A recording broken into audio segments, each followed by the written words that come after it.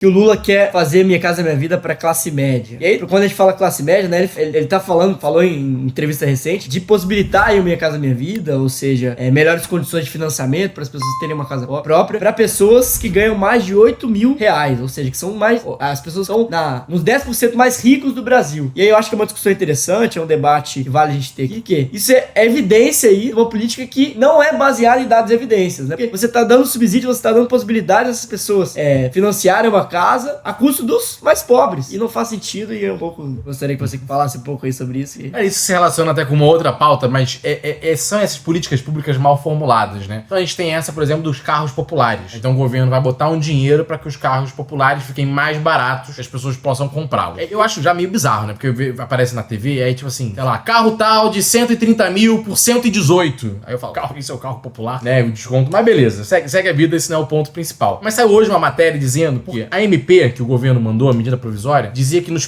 primeiros 15 dias só pessoas físicas poderiam comprar. Só que isso acaba, parece que amanhã. E aí o que estão esperando, a notícia dava, que parece que as locadoras se organizaram para comprar tanto carro que vai, porque tem um orçamento alocado nisso, que amanhã acabaria. Então amanhã as locadoras vão entrar no mercado, as PJ, vão comprar todos os carros, vão zerar o orçamento para isso e vai acabar o benefício. E o que essas locadoras vão fazer? Como elas fazem? Elas vão revender esse carro. Então, elas vão basicamente incorporar, sugar esse dinheiro. E quando a política pública é mal desenhada, é aquela antiga política dos campeões nacionais. Sim. Meia dúzia de empresas gigantes ganham todo aquele dinheiro público e o cidadão na ponta ganha um peteleco. Quando ganha um peteleco. E aí no Minha Casa Minha Vida no passado, a gente for lembrar, então, MRV. Eu nem lembrava da MRV direito, que inclusive é de Minas Gerais, né? Sim. MRV era lá uma empresa grande, cara, e ela emplacou Minha Casa Minha Vida, fazendo tudo, blá, blá, blá. E aí ela ficou gigante, ela virou um colosso nacional, um campeão nacional, porque ela fazia muito Minha Casa Minha Vida. Porque era dinheiro do governo em obra.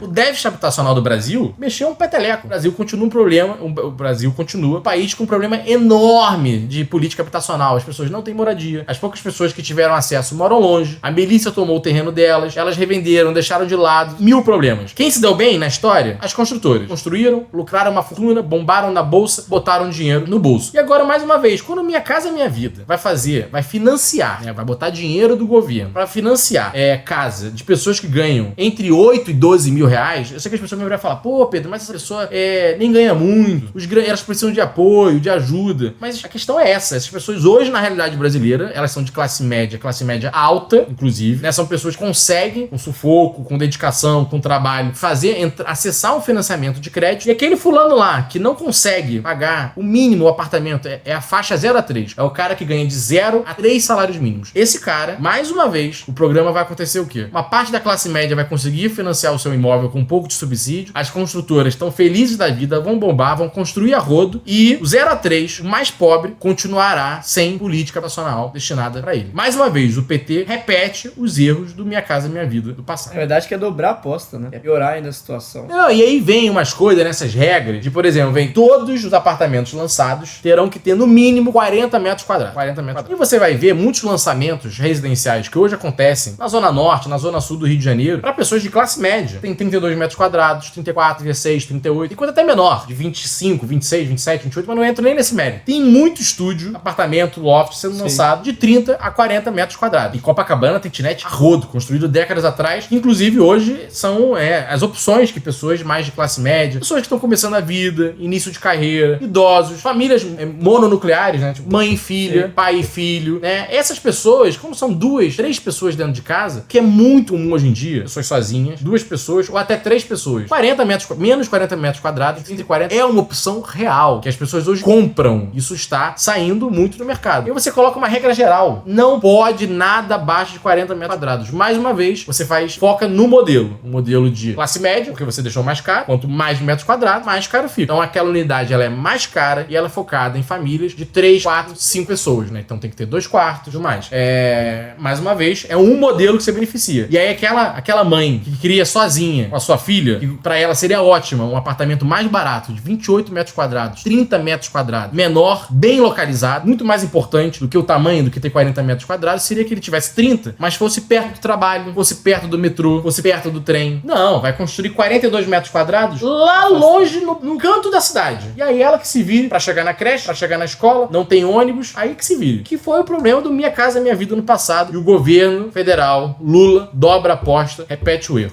É um governo, e principalmente um Lula que tá desatualizado, né? A gente vê por diferentes manifestações e aí por temas um pouco mais populares e outros mais específicos, como é o caso Minha Casa Minha Vida, que é um discurso de, olha, não entende que o movimento agora são os das grandes cidades, são metrópoles cada vez maiores, em que essa realidade de apartamento, essa possibilidade de morar é cada vez mais comum. Você vai a Nova York e a Tóquio, outros lugares, os apartamentos são pequenos, são menores de 40 metros quadrados, e as pessoas querem estar ali. Tem mais opção de lazer, de serviços, de emprego, de transporte. Então é uma nova realidade, é uma nova dinâmica de moradia, de como organizar a sociedade, e o governo tem que pensar em formas de estimular esse modelo, de organizar esse modelo, e não pensar em políticas públicas que parecem ser feitas para a década de 90, anos 2000, e não focalizadas, né, que pegam aí uma classe média alta. Perfeito. Será que isso não é resposta à queda de popularidade do Lula, bem? Classe média, pessoalmente? O Lula está com 39% de popularidade, que é o mesmo que o Bolsonaro tinha quando terminou o mandato. Não, com certeza. O Lula, ele tá querendo agradar todas as classes, pensando em políticas. Essa própria, assim, do carro popular, pobre no Brasil, não tem carro, né? O carro popular, ele é a opção da classe média baixa, né? Porque imagina, o carro popular hoje tá 100 mil reais. No barato,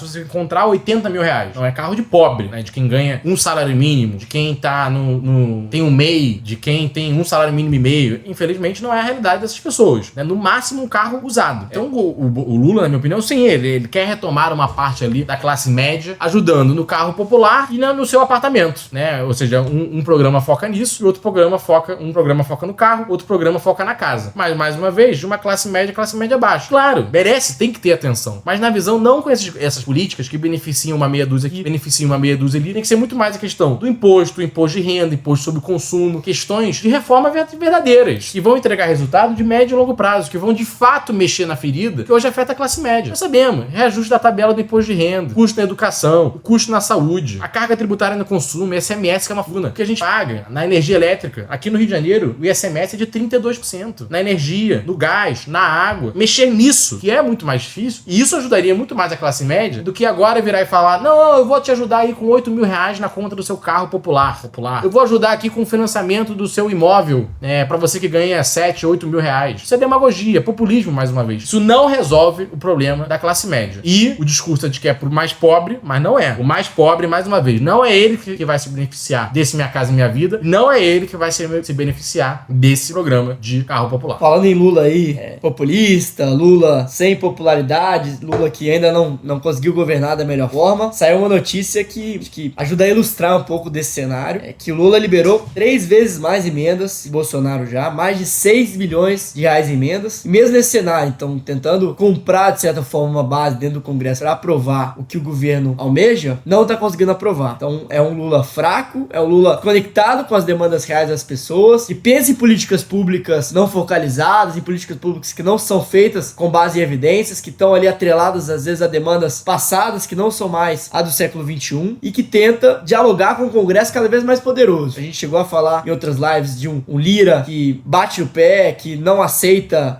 ser subordinado à presidência, de um Lula que não consegue dialogar com o Congresso, e essa notícia acho que ilustra um pouco desse cenário, né? Mais e menos que Bolsonaro, mesmo que um Bolsonaro que também já era enfraquecido, e mesmo assim não consegue aprovar. E o discurso, né, de que o orçamento secreto, a liberação de emendas, era o maior escândalo de corrupção da história do Brasil. Aí ficava aquela discussão, Lava Jato, mensalão, petrolão, orçamento secreto, mas o Lula era muito claro nessa mensagem. Não era do tipo, o Bolsonaro usa mal as emendas, ou o Bolsonaro perde a mão nas emendas, ou algo do gênero. O Lula dizia que o orçamento secreto, a liberação de emendas, era o maior escândalo de corrupção da história do Brasil. E aí agora chega no governo, e no primeiro ano, normalmente você tá no céu de brigadeiro, que se fala na política, né? Você acabou de se eleger, tá com popularidade, tá com força, tá com base, tem 3 anos de governo, de ministérios pela frente, e o governo já tá liberando a rodo as emendas.